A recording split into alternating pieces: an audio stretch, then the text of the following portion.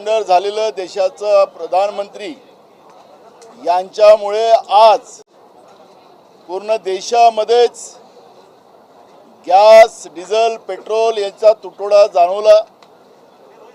आपल्याला लक्षात असेल की ज्या हॉस्टेलमध्ये राहणारे मुलं मुली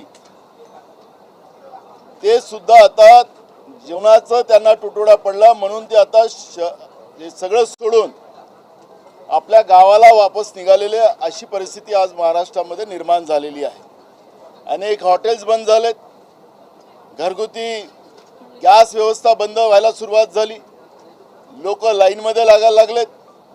पण राज्याचं सरकार आणि केंद्राचं सरकार या सगळ्या परिस्थितीमध्ये जे सरेंडर झालेलं आहे अमेरिकेला, इस्रायलला जे सरेंडर झालेलं आहे, त्याच्यामुळे एप्स्टीन फाईलचा परिणाम, यांच्या पापाचा परिणाम हा आता सामान्य लोकांना भोगावा लागत आहे। मुंबई शहरातले अर्ध्यापेक्षा जास्त हॉटेल आता बंद झालेत। कामगार सुद्धा त्या ठिकाणी जे काम करणारे होते त्यांच्यावरही उपासमारीची पाळी आली आणि सरकार अजूनही झोपलेलं आहे, निद्रावस्थेत आहे। आणि म्हणून सरेंडर दे सरेंडर या पद्धतीची भूमिका घेऊन हे काँग्रेसचं आंदोलन आहे आणि आजही सरकार दुरुस्त झालं नाही। यांनी कोणाच्या हातपाय पळायचे आहेत त्यांनी पळाव्यात, कारण की हे एप्स्टीन फाईलच्या परिणामामुळे, यांच्या पापामुळे जनतेला या पद्धतीचं वाऱ्यावर सोडता येणार नाही, ही भूमिका आमची आहे। आणि म्हणून आज ह्या सरेंडरला आम्ही घेऊन इथं आलो, सरेंडर त्यांनी द्यावे ही भूमिका आमची आहे। बता दीजिए। नहीं, देखिए आज जो हिंदुस्तान में, पूरे भारत में गैस को लेकर, तेल को लेकर जो परेशानी जनता को, आम जनता को उठानी पड़ रही है, उसकी पूरी वजह क्या होती है, तो वो हमारे देश के पंतप्रधान अमेरिका के सामने घुटने टेक चुके हैं, पूरे सरेंडर हो चुके हैं। वो कहते हैं उस इशारे पर देश को चलाना ये क्या सही है? आज जो ईरान और इजराइल में वार चल रहा है, इन्होंने इजराइल जाकर जो स्टेटमेंट किया था कि हम इजराइल के साथ में हैं, इसलिए हमने ईरान से जो हमें सपोर्ट मिलता था, तेल का हो या बाकी चीज़ों का, वो बिल्कुल नहीं मिल रहा है। इसीलिए आज पूरे जनता में गैस को लेकर और डीजल पेट्रोल को लेकर बहुत परेशानी का सामना करना पड़ रहा है। मूलतः यहाँ पे वो हरदीप सिंह पुरी के सेंट्रल मिनिस्टर जो है इस डिपार्टमेंट के, वो कहते हैं कि कोई कमी नहीं है, और दूसरी तरफ 2-2 किलोमीटर की लंबी लाइन लगी चुकी है। हर होटल वाला चिल्ला रहा है कि वो कहता है कि हमारे होटलें बंद हो चुकी है, हम कैसे जिएंगे। छोटा छोटा टपरी वाला हो, छोटा छोटा काम धंधा करने वाला हो, भजिया तलने वाला हो, चाय बनाने वाला हो, उसको भी, उसका धंधा भी बंद हो चुका है। वो अभी नाना पटोले जी ने कहा वैसा हॉस्टल भी बंद पड़ चुके हैं, हॉस्टल से बच्चे घर चले जा रहे हैं। ये महिलाओं में चूल्हे का सेल बढ़ चुका है, इलेक्ट्रिक सिगड़ी बहुत पैमाने में बिकी जा रही है, लोग 2-2 हज़ार रुपये देकर सिलेंडर परचेस कर रहे हैं, ब्लैक में ले रही है। तो ये स्थिति क्या इनके आंखें नहीं है? ये क्या केंद्र सरकार की आंखें फूट चुके हैं? इनको ये सब देख नहीं रहा है? और इसमें जो आज परिस्थिति हुई है, इसके लिए ये लोग जिम्मेदार है, सेंट्रल गवर्नमेंट जिम्मेदार है। हमारे सरेंडर, जो देश के पंतप्रधान नरेंद्र है, वो सरेंडर हो चुके हैं। ये हालात देश में बनी है। इसीलिए आज कांग्रेस के ओर से पूरे महाराष्ट्र में हर जिले में, हर तालुका प्लेस पर आंदोलन हुआ, और आज भी हम लोग सरकार से यही क्लेरिफिकेशन चाहते हैं कि राज्य में क्या चल रहा है, राज्य की क्या स्थिति है।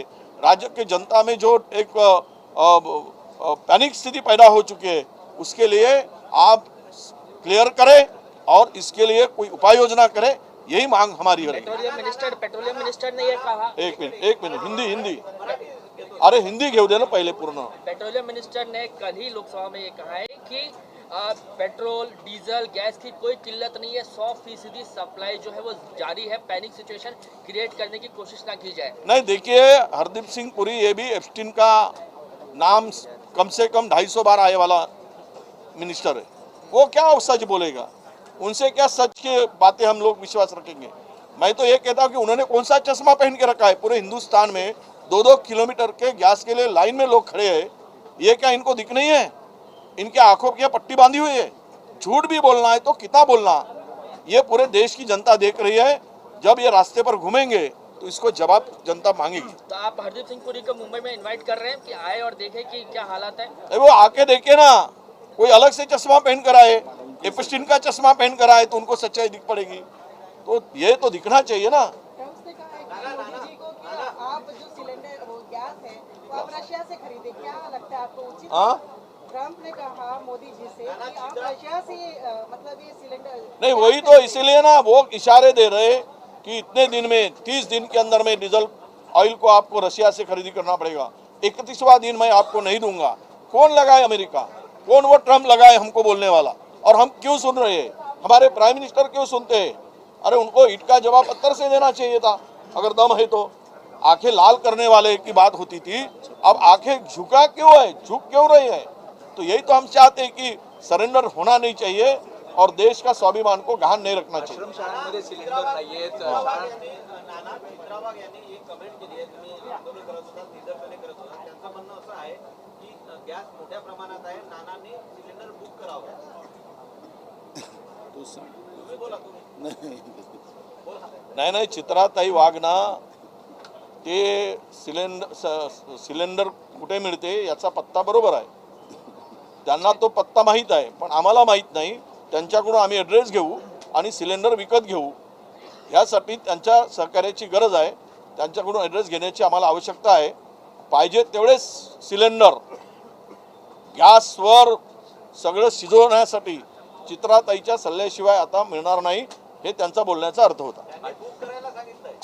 आम्ही चित्राताईंनी सांगितल्यावर आम्ही बुक करू, आता सिलेंडर पण करू, तेल पण बुक करू, फक्त ॲड्रेसची आवश्यकता आहे। सिलेंडर गोडाऊन वाले हे सगळे आपले सिलेंडर जे आहे जमा करतात आहेत आणि त्याचं गोडाऊन करून ठेवतात आहे, काय याच्यातून? नाही, आता ते सरकारने सांगितलं पाहिजे। फार हाकार झालेला आहे, फार लोकांमध्ये महिलांमध्ये अस्वस्थता आहे आणि जनतेमध्ये चीड निर्माण झाली आहे सरकारच्या विरुद्ध। जे सोशल मीडियावर कमेंट्स पाहिल्यानंतर आम्हाला लाज आमची शर्मेने खाली जावी, मान खाली जावी, अशा प्रकारचे कमेंट्स एखाद्या आमच्या देशाच्या सर्वोच्च नेत्याच्या संदर्भात ज्यावेळेस दिसतात त्यावेळेस आम्हाला वाटतं की भारत हा स्वाभिमान गहाण ठेवून का वागतोय अशी परिस्थिती निर्माण झाली। नाशिक, नागपूरमध्ये आश्रमशाळांमध्ये सुद्धा सिलेंडर नाहीये. शाळांच्या पोषण आहारांसाठी सुद्धा सिलेंडर मिळत नाही आणि त्याच्यामुळे अडचणी बजावलेलं इस्रायलमधील हारेज या वृत्तपत्रानं या संदर्भातलं निमित्तानं आम्ही एक वस्तुस्थिती सरकारच्या समोर मांडण्याचा तुमच्या माध्यमातून प्रयत्न करतोय। राज्यातलं सरकार असो की केंद्रातलं सरकार असो, सबसेल खोटं बोलते। त्यांना लोकांच्या पोटापाण्याची काळजी नाही। सामान्य लोक, मध्यमवर्गीय लोकांचे मुलं मुली शिकायला जे शहरात आली त्या ठिकाणी आता जेवणाची व्यवस्था नाही म्हणून त्यांना गावाकडे जावं लागतं आणि मग हे सगळं चालत असताना सगळं आलबेल आहे हे असं दाखवण्याचा जो सरकार प्रयत्न करतोय आणि जनतेच्या त्रासाकडे सरकार मुद्दामून दुर्लक्ष करते आहे, हा त्याचा प्रयत्न त्यांचा आहे। आणि म्हणून त्यांना आम्ही या सरेंडर व्यवस्थेला, जी अमेरिकेला सरेंडर झाली एप्स्टीन फाईलमुळे, जे केंद्रातलं सरकार, देशाचे प्रधानमंत्री, ते आम्ही सिम्बॉलिक इथं दाखवण्याचा प्रयत्न करतोय। आणि लोकांच्या भावना, या लोकांच्या भावना आहेत, या आमच्या नाही, या लोकांच्या भावना आम्ही सरकारच्या समोर मांडण्याचा प्रयत्न करतो। विधानसभेतही आज आम्ही या विषयावरची चर्चा सरकारकडून मागणार आहे। सरकार अजूनही निवेदन करायला तयार नाही आहे। जेव्हापासून इराण, इस्रायल आणि अमेरिकेचं युद्ध सुरू झालं तेव्हापासून आम्ही विधानसभेत हा सातत्यानं प्रश्न आम्ही मांडतो आहे, पण सरकार अजूनही निवेदन करत नाही। म्हणजे सरकार हे लपवते आहे, वस्तुस्थिती लपवते आहे, हा त्याच्यातला मिड डे मील बंद करावी लागेल जर अशी स्थिती जर राहिली तर। सगळंच बंद होणार, कारण की या डिझेल पेट्रोल संपलं, कारण की आता गॅसचा तुटवडा आला, आता डिझेल पेट्रोलचा तुटवडा आला तर जे वाहतूक होणार आहे ते सगळं थांबणार आहे। त्याच्यामुळे मोठे जे शहर आहेत, जसं मुंबईसारखी जेवढी शहरं आहेत, या शहराला सगळे खाली होणार आहेत, कारण की इथं खायला पण राहणार नाही। जसं आज दुबईची परिस्थिती झाली, ती परिस्थिती मुंबईसारख्या मोठ्या शहरांची आज देशपातळीवर सगळीकडे होणार आहे। त्यामुळे हे सगळेच्या सगळे शहरं ओसाड पडणार आणि त्याच्यामुळे उद्या कोरोनापेक्षा भयानक परिस्थिती राज्यात आणि देशात निर्माण होण्याची शक्यता निर्माण झालेली आहे. हे सरकारच भ्रष्टाचारी आहे. सिलेंडरचा काळा बाजार जो होत आहे सरकारला माहिती आहे. सरकारला त्याचं कमिशन येत आहे. जनतेकडून लुटण्याचं काम चालू आहे. एक सिलेंडर 2000 रुपयाला आज बाजारात विकलं जात आहे. त्यामुळे हा जो सगळा कमिशन आहे हे सगळं सरकारकडे येत आहे का? कारण की सरकार एकावरही कारवाई करत नाही, फक्त तोंडानं बोलते आहे.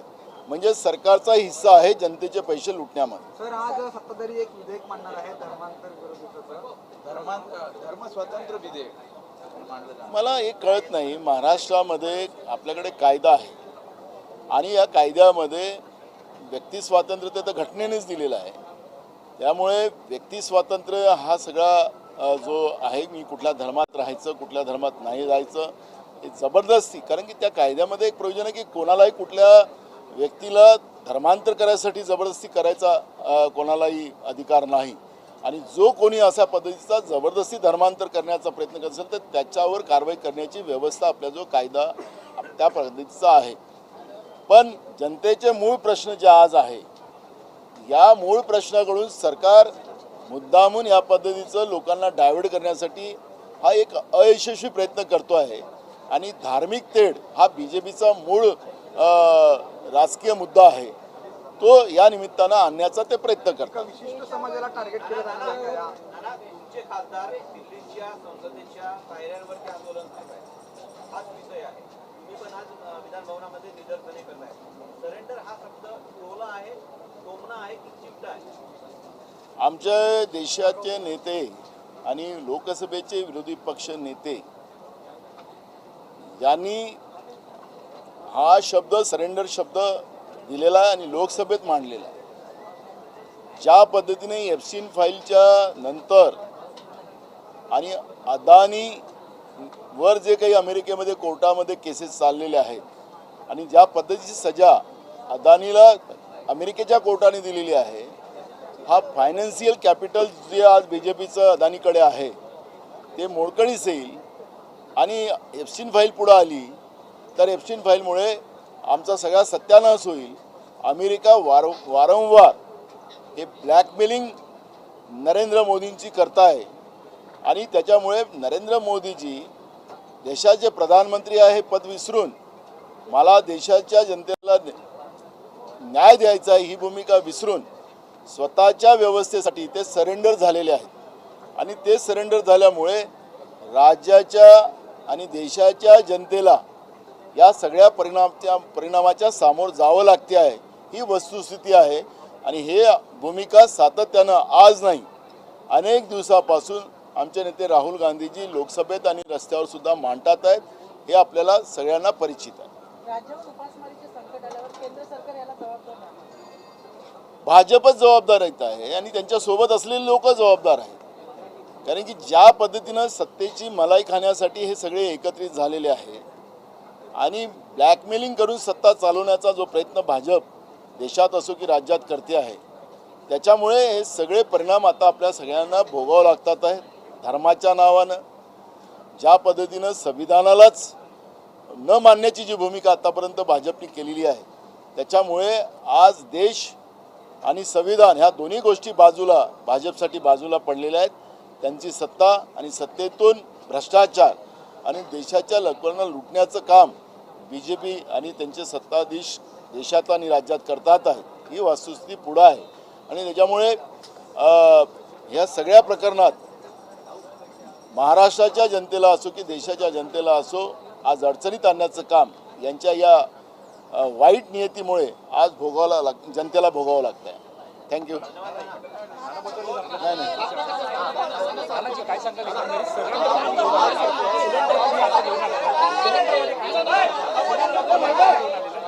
संदर्भात 17 मार्च रोजी महत्त्वाची बैठक